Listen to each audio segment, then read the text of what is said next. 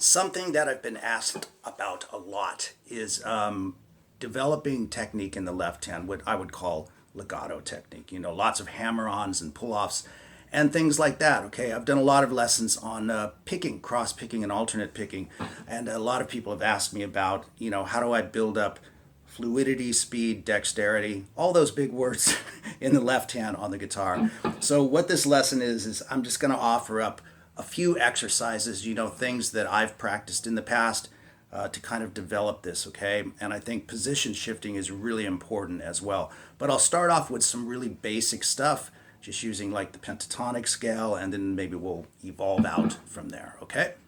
So let's just start with a simple pentatonic shape, which most everybody knows. And you can use your pinky for this, combined with your ring finger if you want, or you can just do it classic blues style, which I think might be easier for some people. But all I'm going to do here is a basic pattern.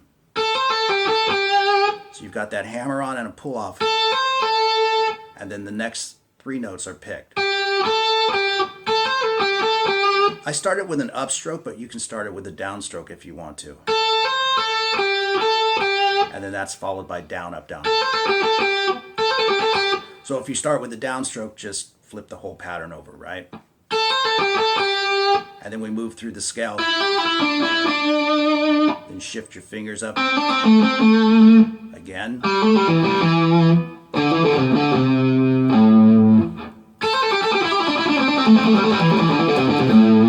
That's a great exercise, and what you're looking for is a real smooth, even, round sound. You don't want your hammer-ons and pull-offs to be rushed. You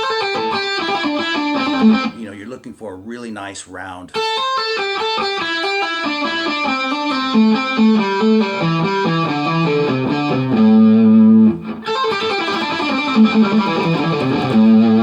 And then playing it sort of in reverse would be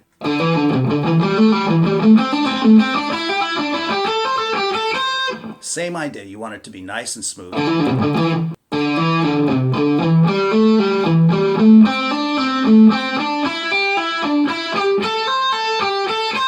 So the same idea, you just want it to be nice and round and smooth.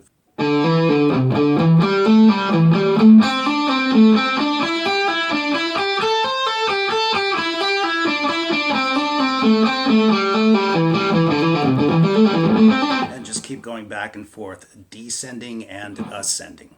Now, another cool exercise that you could do, just using that exact same lick, is playing the pentatonic scale in a more linear way. It's the same scale, but just played in a linear or long form fingering. But you can play the same lick. And like I mentioned earlier, I think that position shifting is very important. So you get this. And that's really great practice, you know, just sort of keeping your hand in sort of a floating motion, if you will, to pull that off.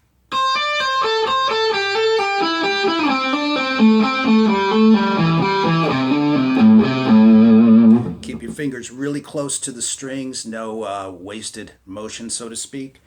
And then play it in reverse, of course.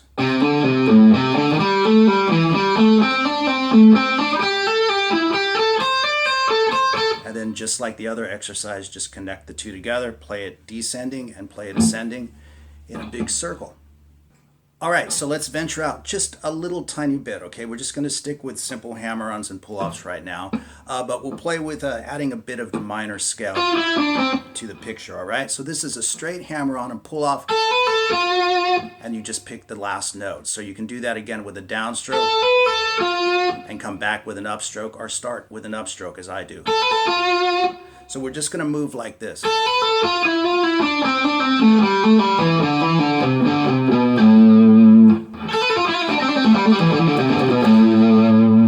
Great exercise again, and keep your fingers close to the strings always.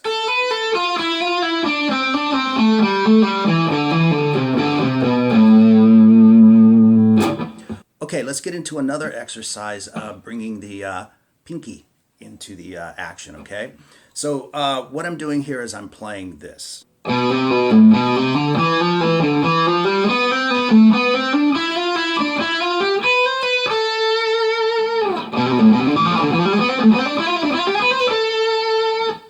Okay, so you can see the tab up on the screen, but real slow once again. And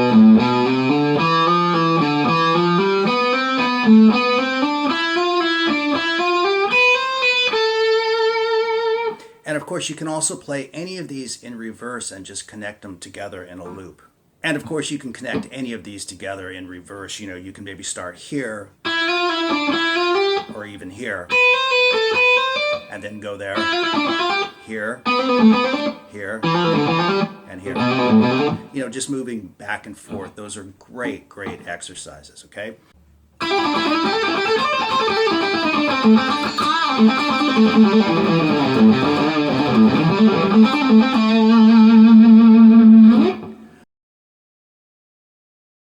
Hey guys, Howard here with a lesson on two-handed tapping. I'm not kidding. You might be saying to yourself right now, Howard, what are you thinking? What are you doing? Actually, I think it'll be a nice addition to the library of tutorials over here. So I won't go into the deep depths of this stuff. We'll just do some licks and some patterns and talk to you about the technique and how it works, in case you are interested, of course.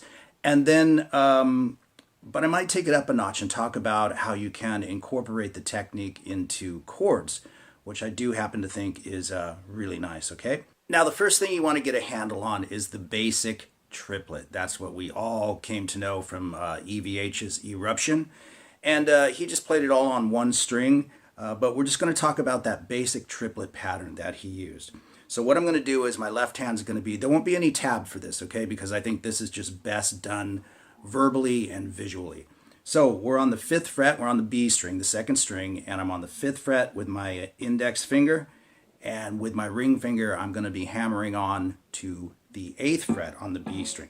So the first thing we want to do is rest your thumb over the top of the neck. You don't grip the neck, but you don't want your hand to be loose like this, like you're just hammering away at the guitar. You want to use your thumb as a kind of anchor and let your finger really do the work. So you tap onto the string at the 12th fret, and then you pull off. Now you can pull off by going up, or you can pull off by going down. I like to do it by going down. And right now you can hear that I'm pulling off, and then the 5th fret that's being played by the left hand is being sounded. And then what we want to do is hammer on with the ring finger to the 8th fret.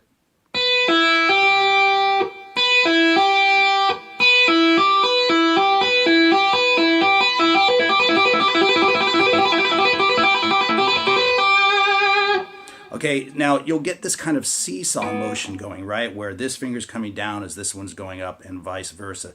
That's exactly what you're looking for.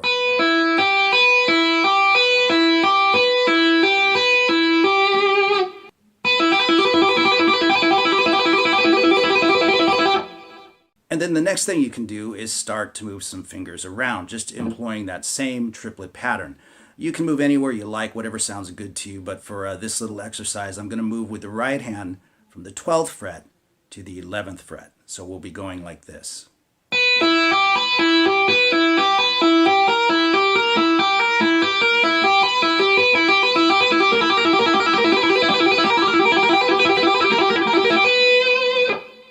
Now you can also move the fingers in your left hand, so maybe just as an exercise, you might drop the 8th fret to the 7th fret.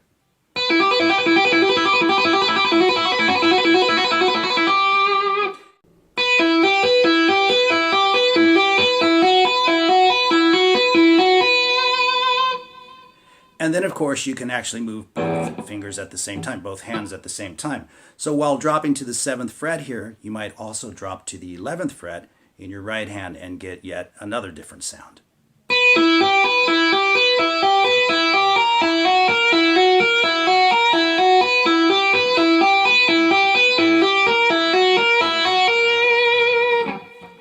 So you can see there's a lot of different sounds you can get just by messing around with the scales you're working with and just moving your fingers around and getting some cool triplet patterns going.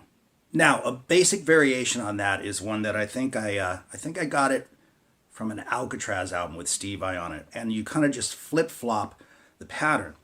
So you start out with the same triplet that we just did, but leave your ring finger down, tap again with your right hand, and pull off.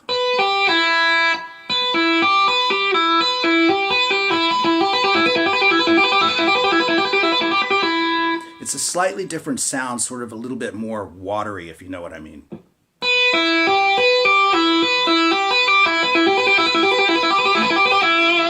It just has kind of a looser, kind of rounder sound. And as a note, that particular sort of flip-flop pattern is really good for moving across the string. So if I just take a basic pentatonic scale, 12, 5, 8 in my left hand, 12, 5, 8, etc.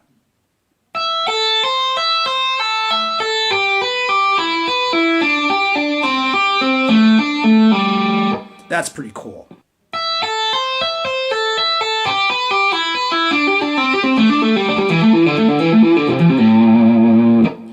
So let me explain what I'm doing there. We're tapping on 12, 5 sounding with the left hand, and then tapping to 8 on the E string. This is all on the E string.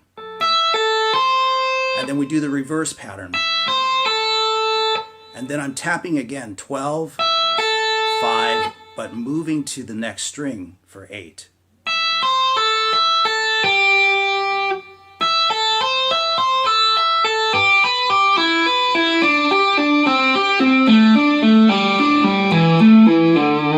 And so on and so forth. And that sounds pretty cool. That's kind of a real cool sound right there.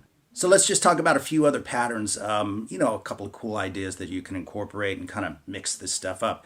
This is a quintuplet. This is a 5-note phrase. I'm in the key of E minor here, not for any particular reason, but it's a nice key to do it in. So what I'm doing here is I've got my fingers lined up 7, 8, and 10. I'm on the first E string now. And you tap at 12 and pull all the way down to 7 and then hammer back with your pinky to 10 and you have a quintuplet.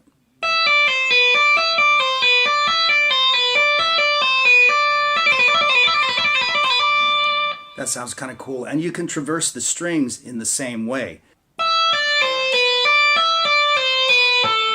You can see how I placed that last hammer-on with the pinky on the B string, and then from there you can travel.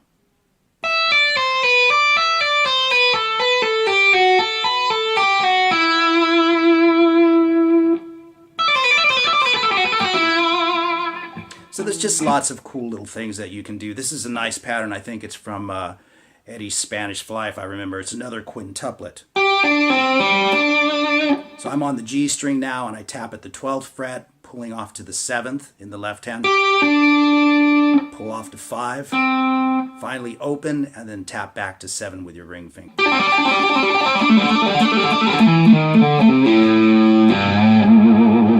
Now let's talk about a few cool things, you know, that you can do with two-handed tapping as well that doesn't just involve licks. For instance, you can be playing normally with your pick. And you can tap out notes in your right hand, you can slide them. And of course, Eddie used to do that kind of stuff a lot.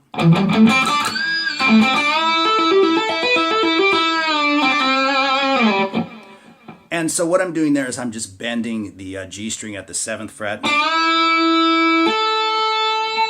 tapping onto the 12th fret, and then you can just kind of move your finger around from there.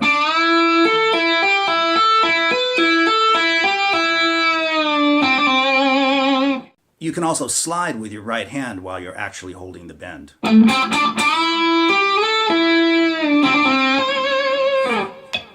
we'll talk about that harmonic as well, okay?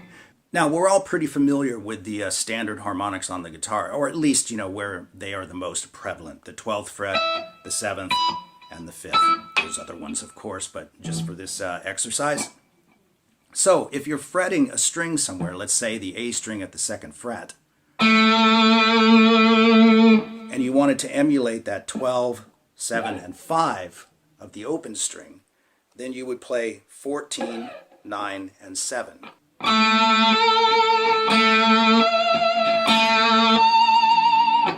Pretty cool indeed. And so these harmonics are available to you throughout the guitar neck once you get familiar with where you can find them. So you can incorporate it into bent notes. For instance, again, if I bend that 7th fret on the G string, then I'm going to hit a harmonic over here with my right hand. So I was 12 frets up from there.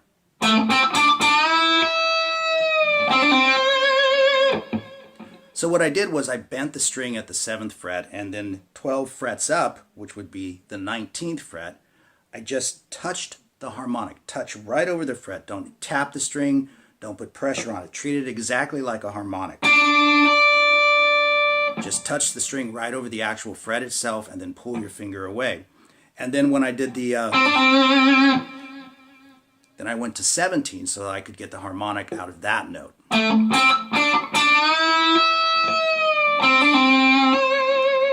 So you can just do that all over the place. There's so many things that I'm not covering in this lesson, but hopefully this gives you the groundwork, you know, a good blueprint of some of the things that you can do. So you can do that anywhere on the guitar.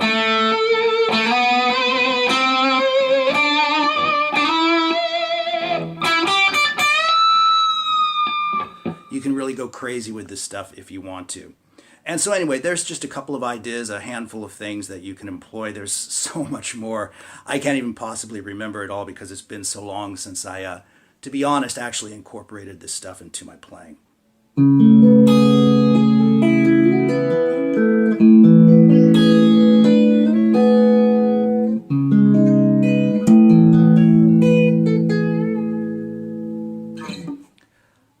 Haven't done this stuff in a long time. But let's talk about chords a little bit and what you can do with those. You can actually just play any chord you want in your left hand, and if you know the scale that you're in your right hand, you can slide and do pull-offs and everything else, and all that happens is you wind up resounding the notes in the chord. For instance, if I play a simple A minor 7th chord, I just follow the scale of my choice, the scale that I'm working with, then whatever I pull off to is going to sound that chord.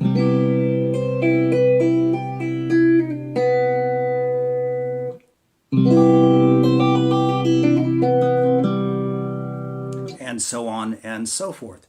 So this last one I'm going to leave you with is actually one of my own, a piece that I did way back in the day. Got me into the guitar magazines. So there you go. Two-handed tapping. What I'm playing is a G major 7th in my left hand. So I am tapping with my first finger onto the 3rd fret on the 6th string, and then with my ring finger and my pinky, I'm tapping onto the 4th fret on the D string and the G string. Okay? And then with my right hand, I'm playing the 7th fret on the G string and the 7th fret on the B string.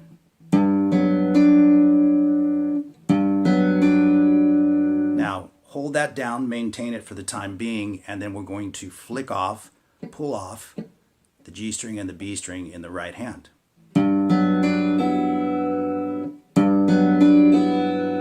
Now, after you've pulled off with the right hand, then you pull off with the left hand, the ring finger and the pinky. So now we have, now once we've done that, we're going to pull off again in the right hand. So now we have, and then hammering back on finally with the ring finger and the pinky. And just holding that bass note down, we repeat the pattern between these fingers.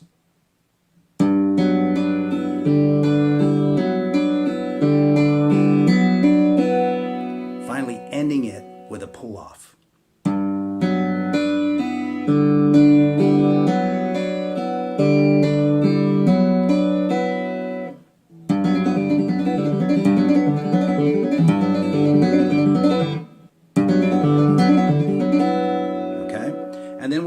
Is the right hand's going to stay the same, but then we're going to move to an A minor 7th. So everything's in the 5th fret. 2nd finger on the top string, 5th fret, 6th string. 5th fret on the D string with your ring finger, and then finally 5th fret on the G string with your pinky. And you're going to do the exact same movement.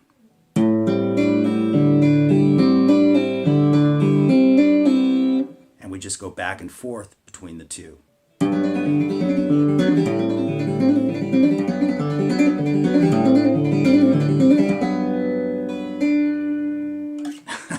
I admittedly don't really have the calluses in my right hand for this stuff anymore. But there you go. Just some fun ideas with two-pawed tapping.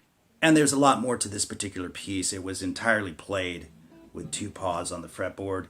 And if you want to check it out, you can plug it in. You can probably find it on Spotify. Just plug in Howard Hart, and the song is called Before Then. So thanks a lot for watching, guys. I hope you enjoyed it. Just sort of a side step tutorial. And we'll see you guys soon. Thanks.